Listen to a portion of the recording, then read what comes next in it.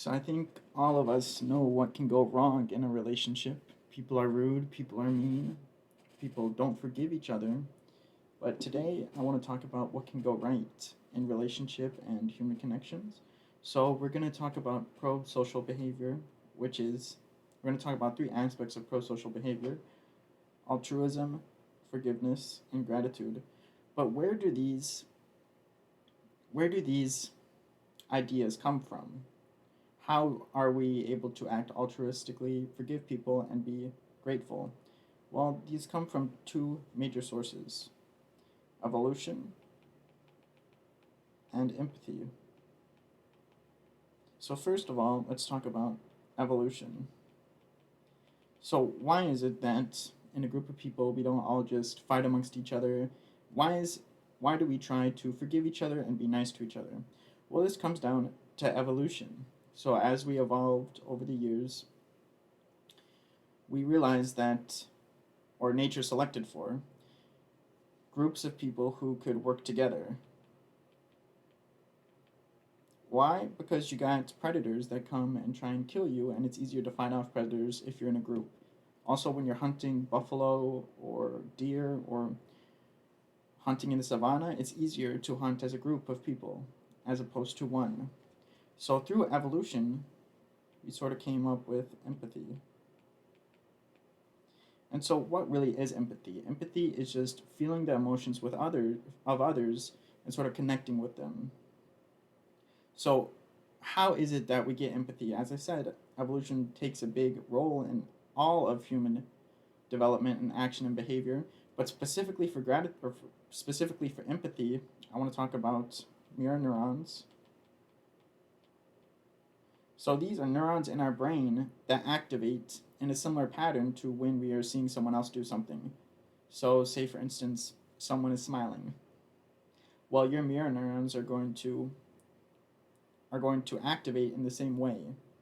And so this is a really good way to learn social behavior, and this is one of the ways that we get empathy. So genetics also play a big role into people who are more empathetic than others. And then the last thing I want to touch on is this idea of theory of mind. So sometimes people don't have empathy for whatever reason, and one of those instances is in people with autism, more severe autism. But people with more severe autism lack the theory of mind, which is the ability to sort of understand the world from someone else's viewpoint. And so people with severe autism, they lack this theory of mind, and thus they have a severe detriment to their empathy. So now we sort of talked about how altruism, forgiveness, and gratitude come about, which is through evolution and empathy. But now let's go more in depth into each of these concepts. So first, let's start with altruism. So what is altruism? Altruism is just doing things to help other people, basically at its core foundation. And so there's two types of altruism. There's an ego-based, and there's a true altruism without ego. So first of all, let's talk about ego-based altruism. So this is when you do something to help someone else, but it's not for their sake. It's more for your sake. So what can this look like? This can look like you're trying to get some social power or influence. So you can think about this when people have campaigns and they do nice things, but they're not really doing it just for the other person. They're doing it for some sort of gain, maybe for their campaign or something like that. You can also have an ego-based altruism if you are altruistic for the sake of reducing your negative emotions. So, say you see someone and they're hurt, and you're like, "Oh, I really should help them." Well, are you really helping them because you want to be altruistic and help this person? Or are you doing it because you feel bad about yourself if you don't help them? And this kind of also goes in with social consequences.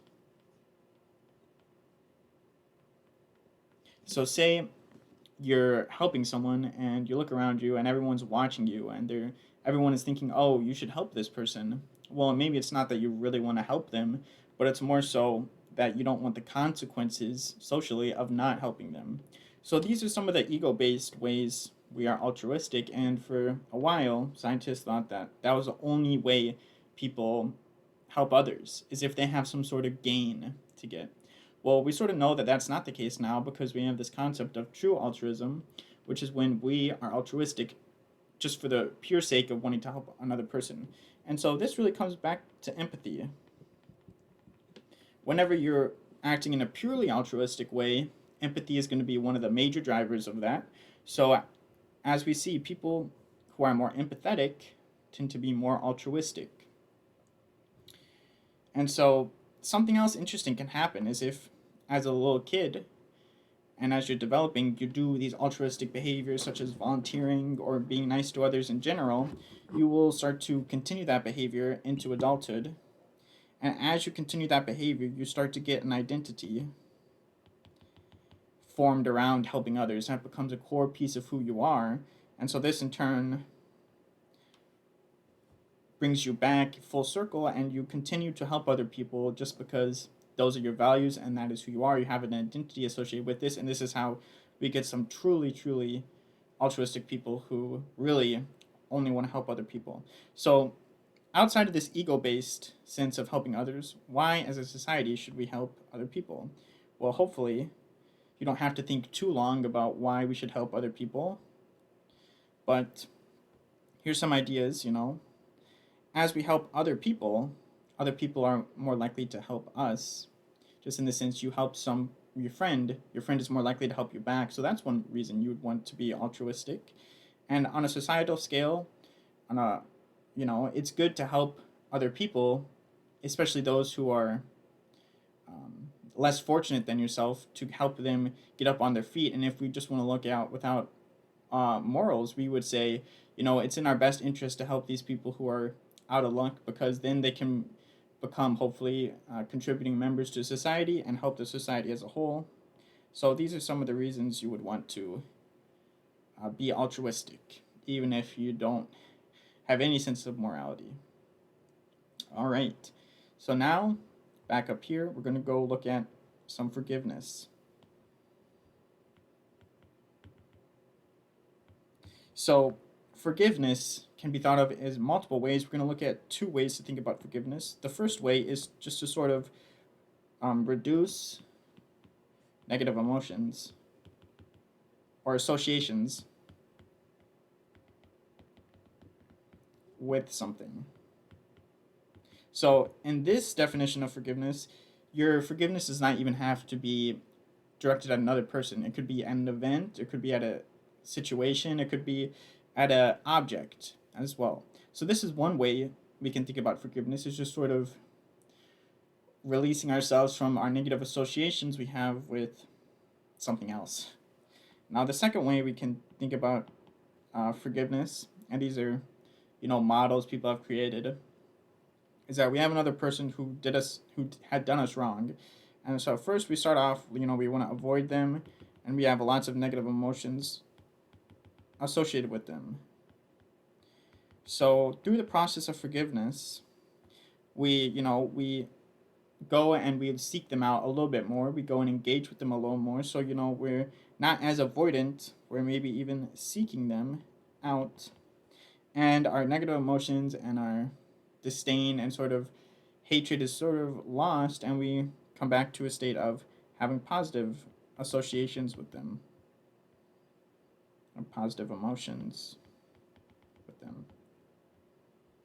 So these are some of the models we can think about forgiveness. But there's also a entirely separate part of forgiveness, which is forgiving yourself. So why would you need to forgive yourself? Well, if you have a lot of shame, that is one indication you need to forgive yourself, or you have a lot of guilt. So what are the differences between these two things? Well, shame is a much more long-lasting emotion, and it's more intense, and it's generally directed just in yourself. You're not living up to your potential. You're somehow devaluing yourself, and you feel shameful. And so guilt, on the other hand, is more of a shorter emotion, and you feel guilty because you feel like you do something wrong. So this normally has like an action associated with it. And so really, these two, shame and guilt, we sort of want to nip them at the bud, especially if we're feeling overwhelming shame or guilt. Because if we don't, shame can turn into a decrease in self worth. And that's, one of the key features of depression.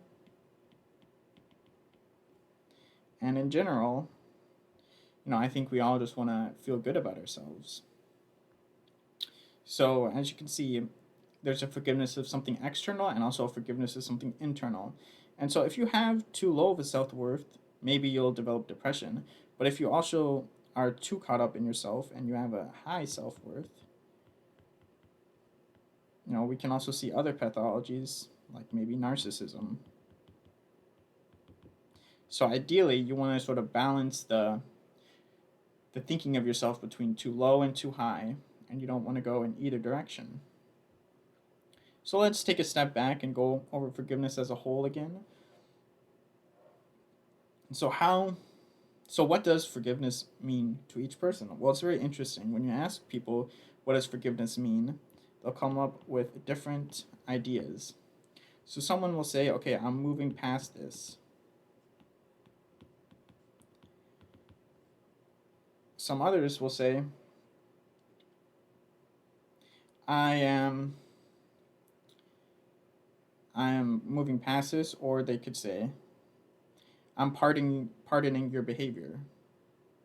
Almost like you're right about what you did or what happened, and I see your point of view. So this is more of a pardoning and agreeing with the person almost.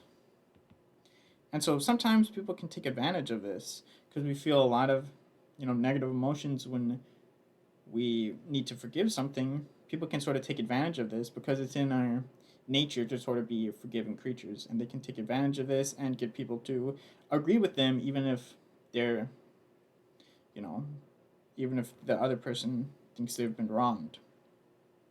So we sort of have a lot of cultural variations of how forgiveness arises. So one interesting one is from Hmong people, which is in Southeast Asia, by Vietnam. These are a group of people, and so how they forgive is very interesting. Normally, it's very spiritual in nature, and there needs to be a third party attending to sort of guide this forgiveness process. So that's just one instance of how culture can shape our forgiveness. And so, if we go back to what forgiveness means, we can see another very destructive thing happening, especially for this pardoning and agreeing subset of people who see forgiveness as a justification almost for what happened. People can take advantage, like I said before. And they can, for instance, if you are people in an abusive relationship and they forgive the perpetrator of this abuse, the abuse will happen more, almost because the perpetrator sees that there's going to be no consequences to doing this, and the victim is sort of almost sanctioned in a way, especially if they're in this pardoning slash agreeing subtype, the behavior, so this abuse is going to continue. So that's one reason we need to take forgiveness very seriously and look at it in a nuance, with nuance, instead of just saying, oh, forgive everyone and everything. But if we don't forgive people, we have generally more negative emotions, not just towards a thing, obviously, but it can seep into our lives in other ways. And so forgiveness is a very important behavior we have adapted to. And finally, we're going to talk about gratitude. So, gratitude is one of the best ways that psychologists have figured out to increase someone's happiness throughout life. And so, this is one of the best prosocial behaviors that you can engage in. And so, what happens is we have our brain here. Okay, that's a really bad drawing, but we have our brain here, And we have a sort of an axis of, you can think about it, of positive and negative. And as we are grateful and as we appreciate what we have, the balance starts to shift into the positive direction. Well, actually, it should be. Okay, well, we just get more positive emotions arising. And so we see the world in a better light. We are able to achieve our goals more. And we have less negative emotions overall, and we have more life satisfaction. So how does this really work? It's very interesting. So a lot of people say, oh, just be grateful, maybe write down some things that we're grateful for.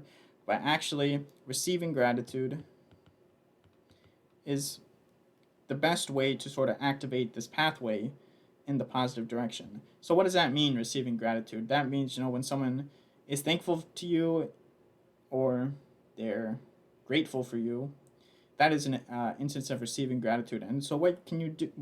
What you can do as an activity is just sort of relive the emotions and relive the feelings that you had when someone was really grateful to you. Sort of relive that, and you'll push yourself more in this positive direction. The negative direction, we have things like the amygdala, and we have other more negative neural circuits that pushes and seeing the world in a much less negative light. And so this is one of the ways that you can reduce that negativity. And so this is a very good practice. It's been incorporated into lots of therapies for people who may be clinically depressed, or they may have